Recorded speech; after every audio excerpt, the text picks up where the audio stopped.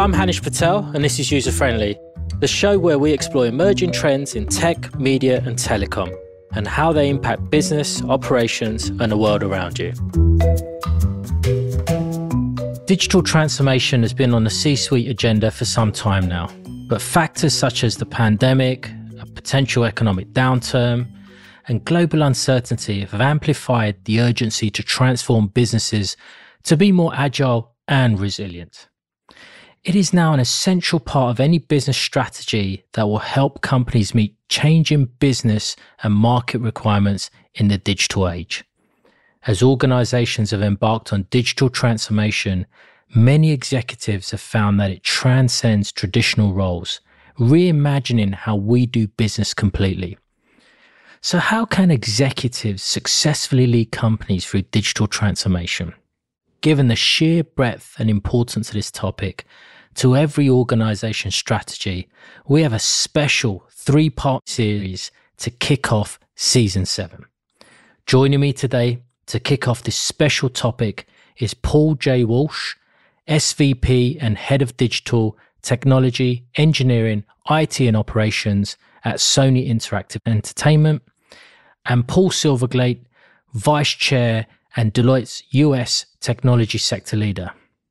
Now, we have 2 Pauls on this episode, so for the benefit of you, our listeners, Paul Walsh and Paul Silverglate have kindly agreed to go by PJ and Paul S respectively. So PJ, Paul S, welcome to the show. Fantastic, Hanish. So first of all, I am extremely excited to be with you today. I'm really looking forward to this discussion. And I'm always happy to spend some time with Paul Silverglate as well. Yeah, Hanish, thank you so much. It's great to be here. As Paul Walsh said, we've worked together for a while here. It's always enjoyable to get to spend some time with one another and share some thoughts, challenge each other, and talk about the topic at hand. So thank you for having us. Oh, my pleasure. And like I say, my goal is to fire in a couple of those questions to you and just let that flow between the two of you. So let us start off with, when we think about digital transformation, many of our listeners are probably familiar with that term. It's been in the industry for some time now. It's used a lot. But for those of us who may not be as grounded or living and breathing it on a daily basis, can you help define digital transformation, given that it is often used as such an umbrella term and been in the industry for a while, and one could argue a little bit overused at times as well? Maybe I'll kick us off. And if I can, Hanish, just let me step back a bit. If we really think of across industries, organizations have been facing increasing disruption as technology, agility, speed to market are being used to create a new age of ease and accessibility for customers, and both sets of customers, internal as well as external. We're entering an era of increased financial inclusion, cognitive commerce, even predictive healthcare, just to name a few. And today's customers are increasingly expecting new levels of convenience with our brands within their workplaces. They're looking to make their lives easier. Now, advancements in technologies such as social, mobile data, cloud technologies, AI, machine learning, blockchain, and even 5G are converging to really anticipate and automatically fulfill customers' preferences. Throughout all industries, we're also seeing a slew of non-traditional players injecting new ideas and technologies into the ecosystem. Innovation is happening at a faster clock speed now than ever before. Now, think of all the ways you engage with brands. How do you engage with brands today? That just wasn't possible a few short years ago. Like, most people rarely step foot into a bank. Instead, they're using apps to deposit checks, transfer funds, or even pay bills. Passengers completely bypassing check-in desks at the airport.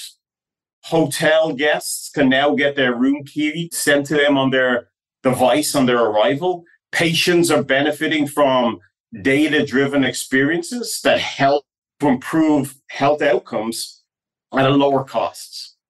Now, even though these advancements and many others have increased customer loyalty by letting the customers engage on their terms, there's still a lot of friction within the system, still a lot of friction within that customer experience.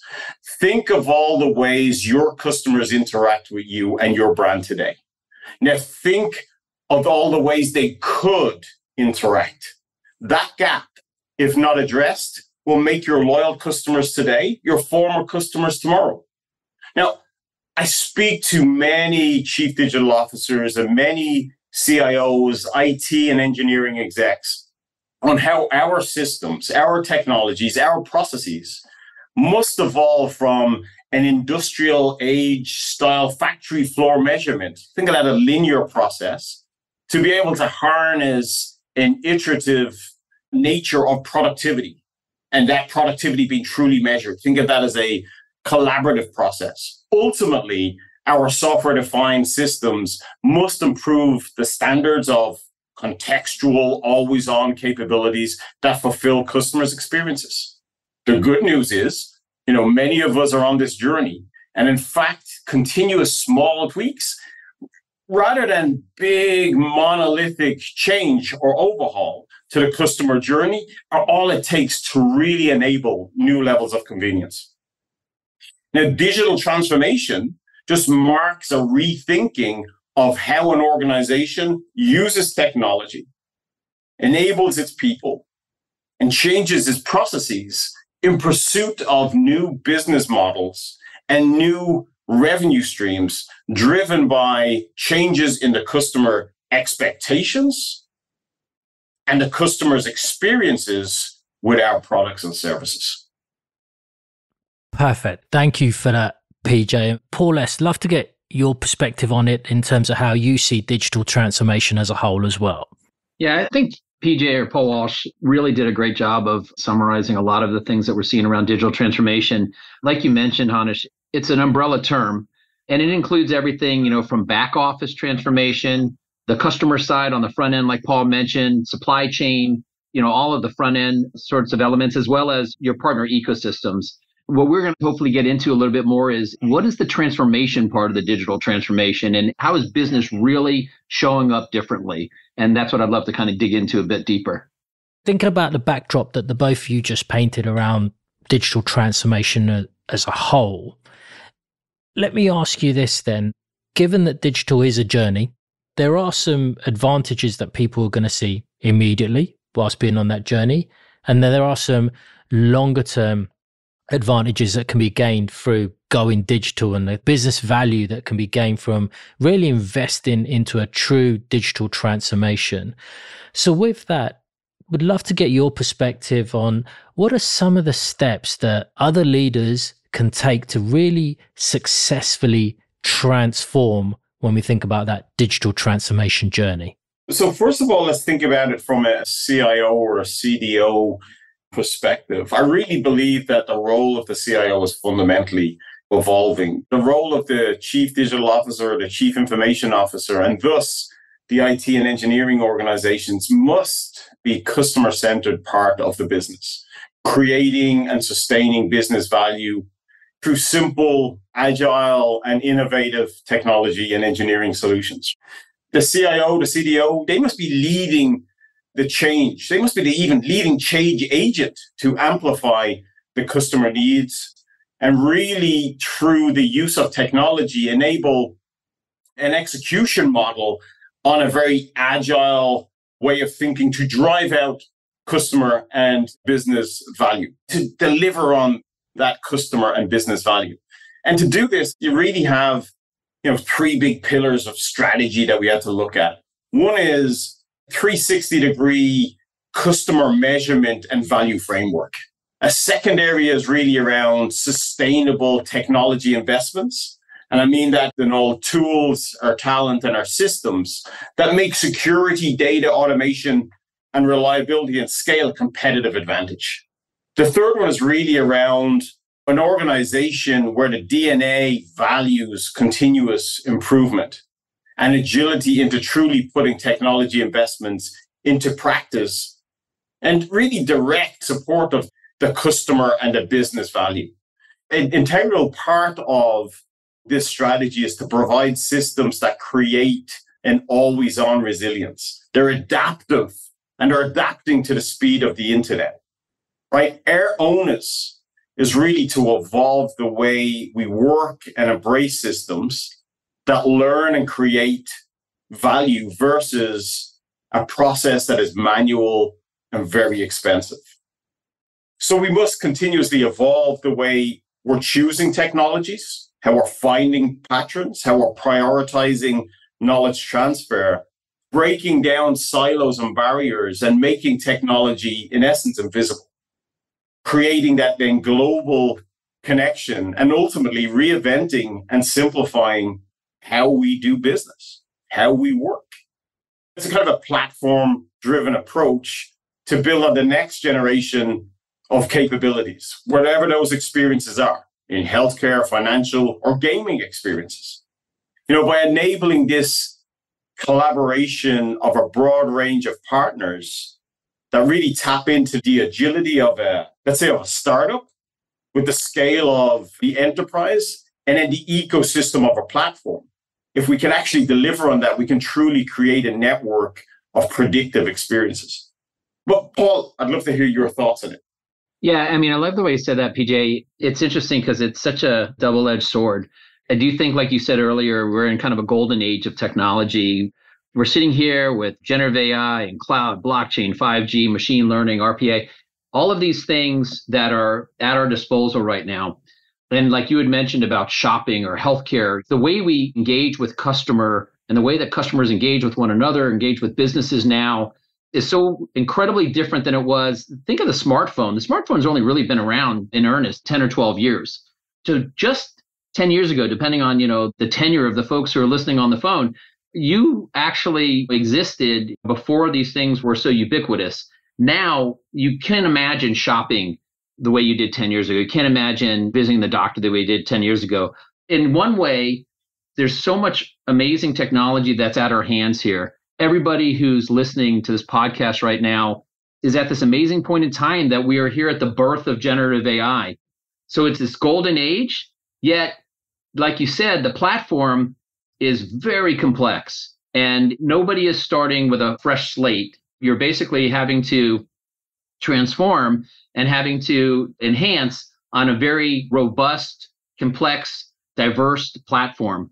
And so what I think is really interesting at the moment is where we see organizations where executives are kind of working together, CIOs are really woven in with the rest of the business leaders and really kind of understanding what the need is and then figuring out how to basically, execute on that in this complex environment that they have right now without having to start from scratch.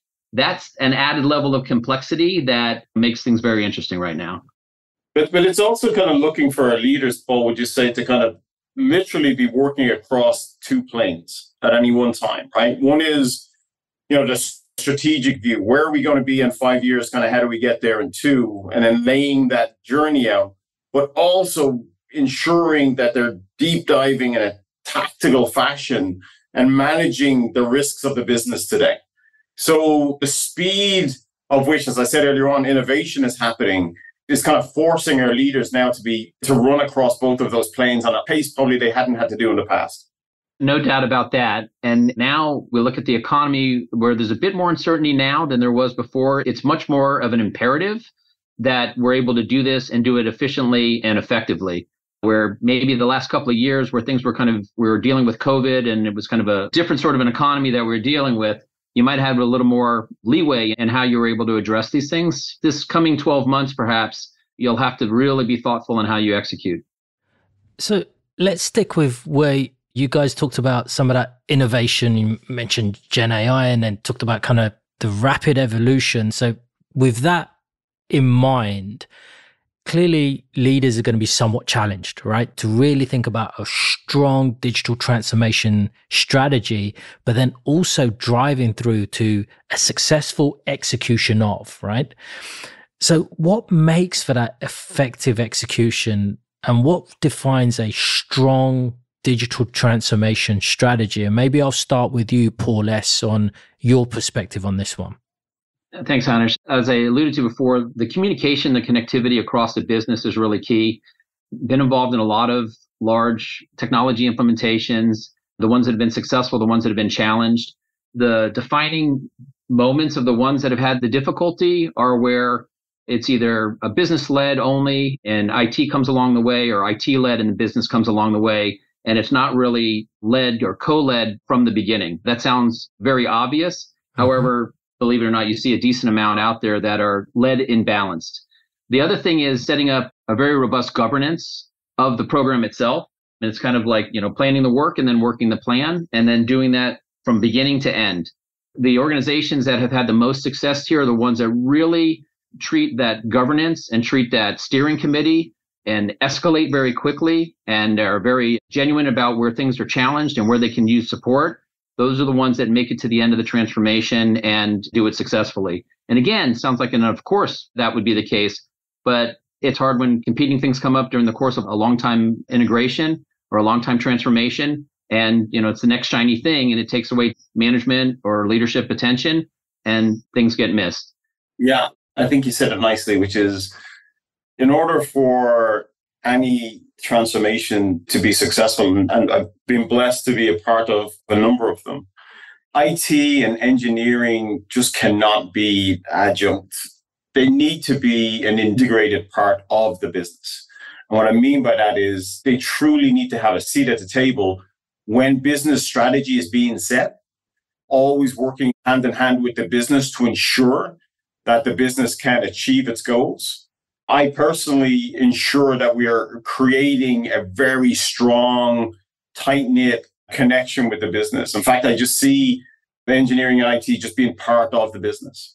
It is that linkage between strategy and execution that's going to be the determining factor on whether a company is able to deliver the value for, and even derive the value from that business transformation. I think there's a number of things, and you said it in there, but just let me just enumerate them. One is execute with intent, right? It's the ability to be able to articulate a strong digital strategy where specific technologies investments are very much aligned and set, and the organization is then mobilized around it. It is being able to, as I say to my teams, be deliberate. As you take a deliberate action to advance your technology strategy, as you make the choices on the investments on certain technologies, as you evolve the organization and ensure that we have the right change capabilities, we have to make sure and be certain that all of those factors, those three factors, are really enforced. We got to communicate and communicate with purpose. We got to ensure that we take stock at where we are, what we're investing in, be very thoughtful in our narrative and communicate accordingly. And then it is get very close to the technology and get the specifics. I look for my executives to really have a fundamental understanding of the technology that we're implementing or we're investing in. What is it? How does it work? How is it architected? And why does this matter to the delivery of our strategy? And ensure that we prepare early on being able to have all of those elements brought together. And we got to consider an agile adoption, right? In some areas, we've got to upskill. Some areas, we have to build the right product teams around it. And in some, we're instilling new organizational mindset. So there's a number of elements to go and ensure that we do deliver on a very successful digital transformation. And in doing so, you said it right, Paul. It sounds easy, but it can be quite difficult. But if you don't kind of lay all this out, you're just not going to derive the value. One of the things I've liked was you mentioned about the understanding of the technology, but then also the understanding of the strategy and, finding people in your organization that can really understand the technology in depth, but also have the higher level perspective of what the program is doing, what it's trying to achieve. Are we tracking along that? Are we achieving the goals that we want to achieve? So there was a movie I saw, and I loved the quote. It said, the best fertilizer is the owner's own footprints in the soil. So you in your role as the top IT person in the company, how much do you get into the technology and the details? How do you measure between, being very involved when you have so many other competing things that are pulling at your time? Yeah, look, I think first of all, it's extremely important to get into the weeds. In fact, it's even when I think about my leadership principles, it is very important for you, for your team, but also for the business to understand that you really know the areas that you're focusing on. We do a lot around program reviews, ops reviews on a weekly basis to understand exactly where we are. It is okay for some of our teams to take some risks and get an understanding, but we have to be able to communicate and communicate clearly, right? If we are moving from a green state to an amber state, why? What do we need to do? Is there any other blockers? We need to drill in and make sure that we are understanding what's happening across the organization, what's a path back to green. And hence we do derive the value that, we're going after. So PJ, let's stick with that exact line, if I may, right? Can you talk a bit more, like you just started on, around your role in that and how someone at the top of the tree from an IT engineering, the digital perspective is really involved in teeing it up, but not just from an IT-led perspective. And you talked about earlier that tight integration with the business. So it's really a company-led project/transformation. We had to really, first of all, set a very clear strategy and then really build the themes around that strategy. And I've kind of really built 4 themes around our strategy as we look to keep moving forward on our digital transformation. One is around enhancing our engagement with our customers and our partners.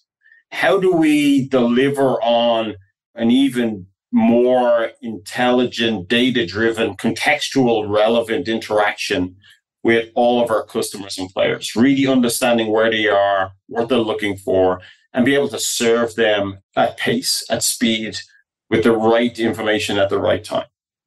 The second one is really around amplifying what I call our employee or our people experience, ensuring that we can provide the right self-service capabilities. We can embrace, as I said earlier on, systems that learn, create value, and prioritize knowledge transfer. And what we mean by that is by delivering those capabilities, we can actually drive or increase productivity.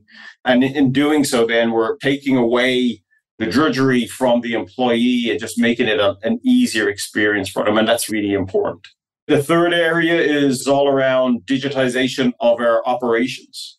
Think of everything from supply chain, ERP systems, budget and planning. And it's all around creating, kind of always on resilience. We're allowing for systems to be really data driven and provide relevant input into our teams. And then the fourth area is it's really around our data. Right? How do we ensure that we have the right data sources, models, and governance that are feeding the other 3 themes that I just mentioned? And by delivering on each of those, then we can really enhance or drive forward our strategy. And in fact, everything the teams are doing from a program or a project level, it really fits into one of those themes. If we think about leaders like yourselves and the experience that you've got to drive organizations forward, when we think about the next generation of effective leaders and helping identify and maybe develop and grow more diverse leaders, different backgrounds, given just the pace of change in technology itself, and therefore needing that wider purview, I'd love to hear from the both of you and get your perspective on what is it that our listeners as leaders can also be thinking about as they think about the next generation of leadership behind them. I'm going to pick on one area, Hanish, and then we can widen it out and have a discussion. One of the areas you mentioned is around diversity, and it's true. Dee and I will really, deliver on, I think, diverse capabilities that enhance our customer experience, our partners' experience, and our employee experience. And it's really important to think about DE&I to enable and enhance and embrace DE&I at a global perspective, a regional, right down to a site level or a division, a function, and a role, right? And we really need to be thinking, living, and breathing DE&I. People really need to know and see those with similar representation can hold leadership positions in the company. Goals need to not only feel consistently attainable, but are attainable, right? The pipeline needs to be diverse in a way that people with different worldviews and experiences are represented. As an organization, we are extremely thoughtful around our DE&I effort. We aim to drive inclusivity, not only on the acquisition of amazing talent, but all the way through retention. As leaders, we have to lead with purpose and kind of demonstrate a strong commitment also for others to succeed within our leadership ranks, within that DEI and beyond, right? And we really have to embrace it. Yeah, and I would say very consistent with a lot of the themes that you suggested. Attracting, retaining, and developing talent. It's kind of the trifecta of those things. Casting a broader net. Actually, with our hybrid work environments now, with people being able to work more readily and effectively virtually, has really kind of helped broaden our talent base and people who can really be effective.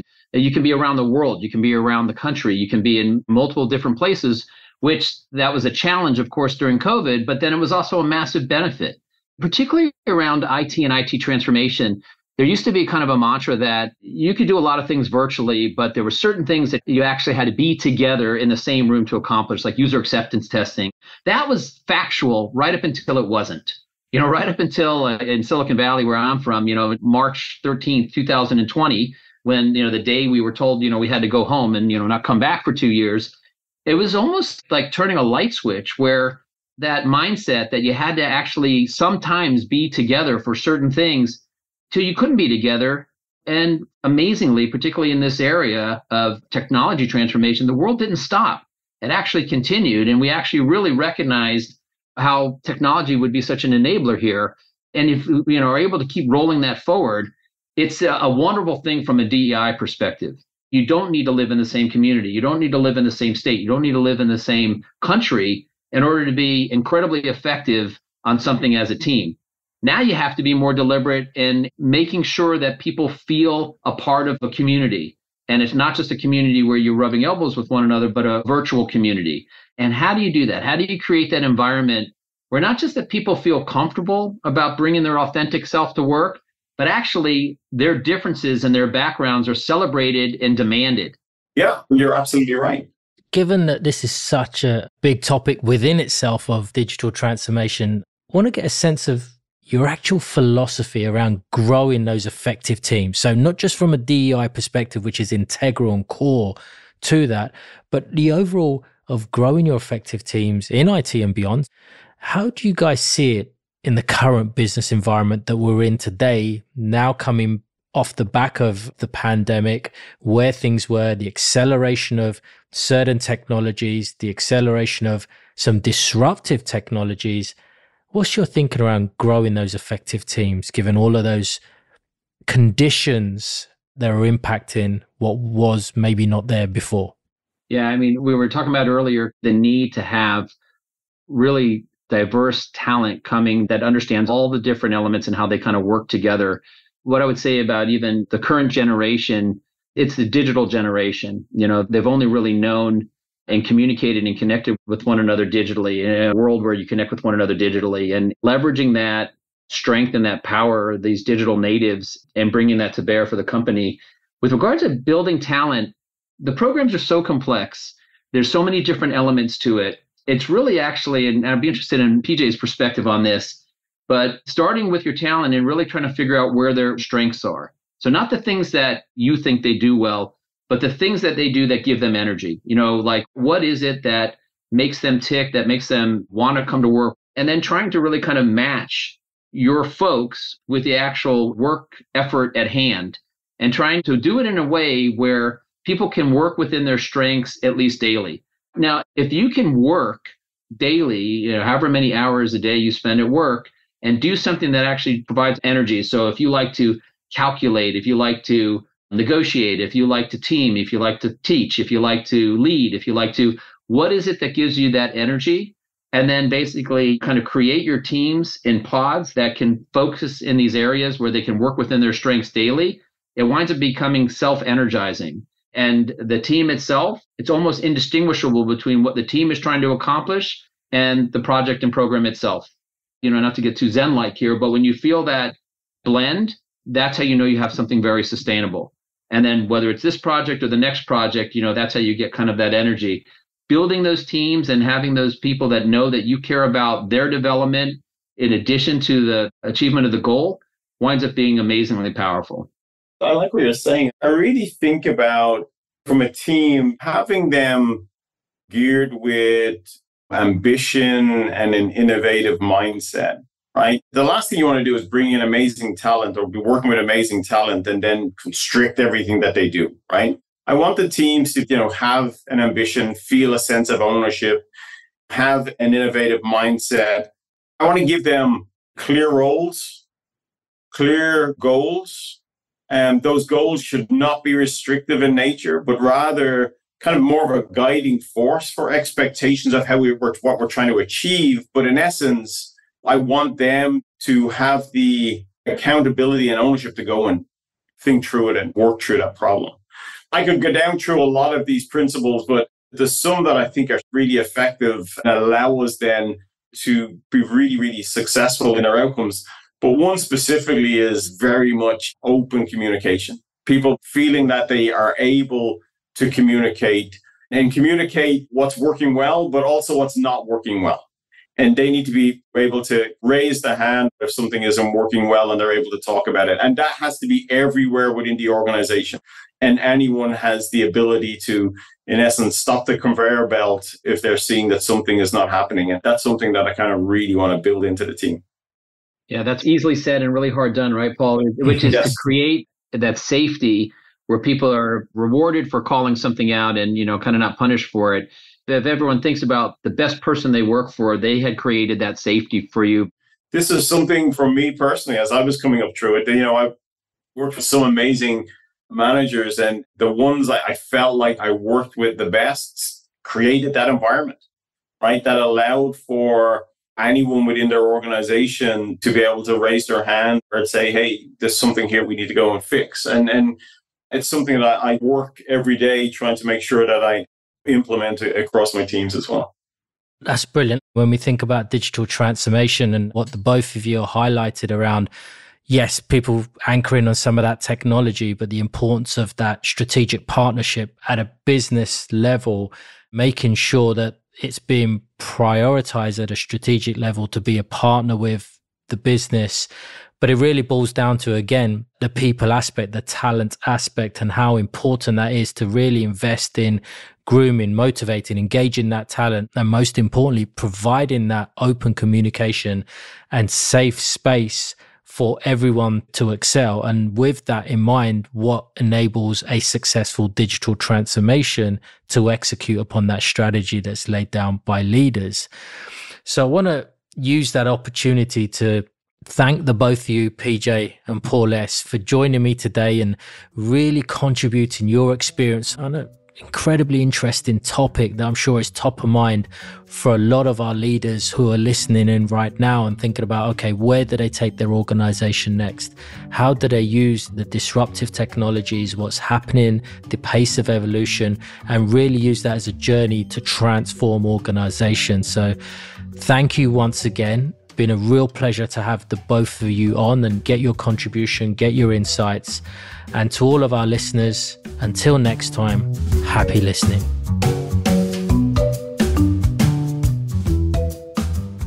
The opinions expressed by guests on this podcast belong to them and do not necessarily reflect those of Deloitte. This podcast should not be deemed or construed to be for the purposes of soliciting business for any of the companies mentioned, nor does Deloitte advocate or endorse the services or products provided by these companies.